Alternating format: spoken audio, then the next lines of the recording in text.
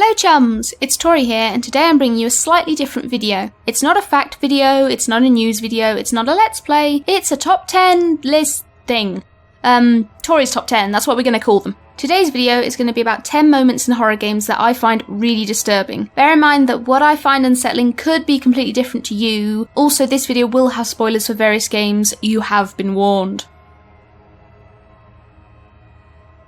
Now, this one isn't as disturbing as other entries, and you may argue it's a lame choice, but it creeped me out so much. In Silent Hill 4 The Room, the apartment you live in has a convenient hole in which the main character, Henry Townsend, can peek into and spy on his neighbour, Eileen Galvin. While looking through the crack in the wall, the player will notice a cuddly toy slouched over on the bed. His name's Robbie the Rabbit, and he's a staple mascot throughout the Silent Hill series. He just sits on the bed, minding his own business. Nothing special about that, right? Check out what happens when you look through the hole later in the game.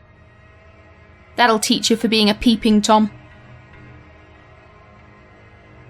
When I first arrived in Barrel Bottom, I was already creeped out by the humanoid fish with their people clothes and toothy grins, but things got even worse when I arrived back in the town later. It had fallen deathly quiet, and all the fish people that had been merrily going about their business were nowhere to be seen. Where could they have gone? Well, it was only after I made my way under the town to the foundations that I found them, though not quite as merry as they were before. Piles upon piles of rotting fish.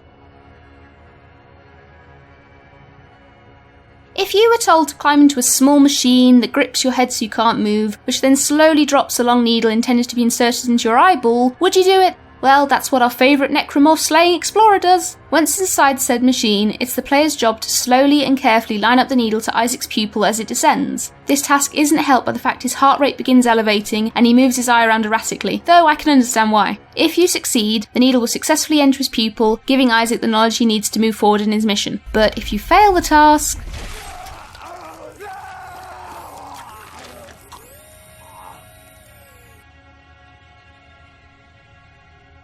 If there's one thing that gives me the shivers in games, film, television, it's things moving that shouldn't be able to move. And mannequins always seem to be that one thing. During the department store section in Condemned Criminal Origins, the protagonist, Ethan Thomas, finds himself being stalked by a bunch of well-dressed mannequins. Whenever he turns his back, they will seemingly teleport behind him, silently watching. While they never actually attack Ethan, the fear that they might, coupled with the distorted ambience playing in the background, makes this one creepy gaming moment for the list. Seeing as The Walking Dead is a game about zombies, the worst I expected would be watching a friend be ripped apart by the flesh-eating undead. But I wasn't prepared for the farm. After Lee and the group are invited to the St. John's place, things look to turn in their favour. The owners seem to be kind, generous people, there's plenty to eat, and even better, an electrified fence runs along the entire perimeter to keep those pesky zombies at bay. While out checking the fence, Mark is shot with an arrow by bandits, but Lee manages to help him back to the farm, where Brenda St. John offers to patch him up. It's only at dinner that Lee begins to grow suspicious of Mark's whereabouts. After coming up with an alibi, Lee decides to go explore the house, and even finds a bathroom hidden behind a bookshelf, but what's in the bathroom isn't pretty. Lee. Mark. What the hell happened? Don't eat dinner. Turns out the St. John's are cannibals, and Mark is on the menu for tonight. I really am not a massive zombie fan. In fact, I frequently have nightmares about being chased by The Walking Dead, so I never really liked playing the Resident Evil games. The fourth one was an exception though. Because I was fighting crazy plague village people, I felt less scared and could actually enjoy the game. That was until I met the Regenerators. The way they slowly shuffled towards you and groaned gave me the creeps. Also, the narrow corridors and sharp turns in this area made it hard to see them and even harder to run away. Can I have the crazy village people back now? Before we get started on this one, let me briefly explain the plot of Spooky's House of Jump Scares for those who don't know. You play as some poor unfortunate soul who must make their way through 1,000 rooms of Spooky the Ghost Mansion and survive. Every so often, the rooms will change into a certain theme and contain a specimen specific to those rooms who is out to kill you. Out of all the themes and specimens, I find Specimen 6, the Merchant, the most disturbing. The series of rooms that lead to him strongly resemble a level from the Legend of Zelda series. There's also a room full of masks, and even Specimen 6 resembles the happy mask salesman, especially when his creepy grin suddenly changes to an unsettling angry scowl. What makes him even worse is that he can move extremely fast, but only when you're not looking at him, similar to the mannequins of Condemned Criminal Origins.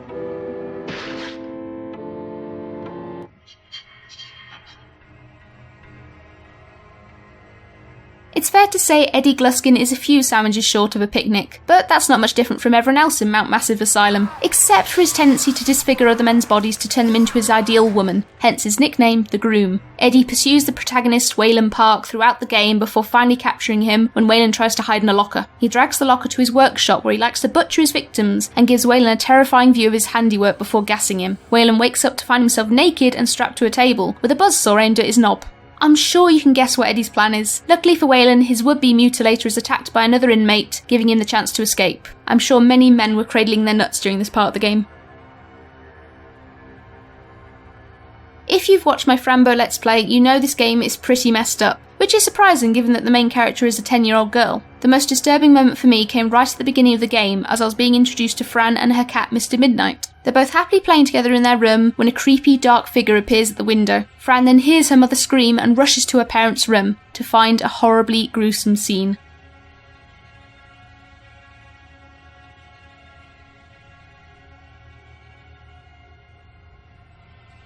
As you walk around the dark version of Brookhaven Hospital in Silent Hill 3, you'll come across the storeroom. Once inside, you can find a large mirror that stretches all the way across one wall and a sink nearby, but other than that, nothing out of the ordinary, until you notice the mirror's reflection. Strange, vein-like liquid spreads across the floor before travelling up and into the reflection of the sink. Suddenly there's an awful gurgling sound and Heather's own reflection is engulfed in what appears to be blood. The real room begins filling with the red ooze, and as you run around wondering what the heck is going on, you may notice that your reflection has stopped moving. If, like me, you decide now would be a good time to leave the storeroom, you'd find the door you entered by locked, adding to the tension. It doesn't stay locked forever, but long enough to make you feel trapped and terrified. Oh, and if you don't leave the room at all, you're gonna die. So there you go, my own personal list of creepy and disturbing horror game moments. I hope you enjoyed watching this video, and if you did, leave a like as it really helps me out. I'm hoping to make this a running series on my channel, so by leaving a like you also let me know that you want to see more. If you feel I missed something off this list, let me know in the comments section, and as always I'll see you in whatever I play or talk about next. Bye bye!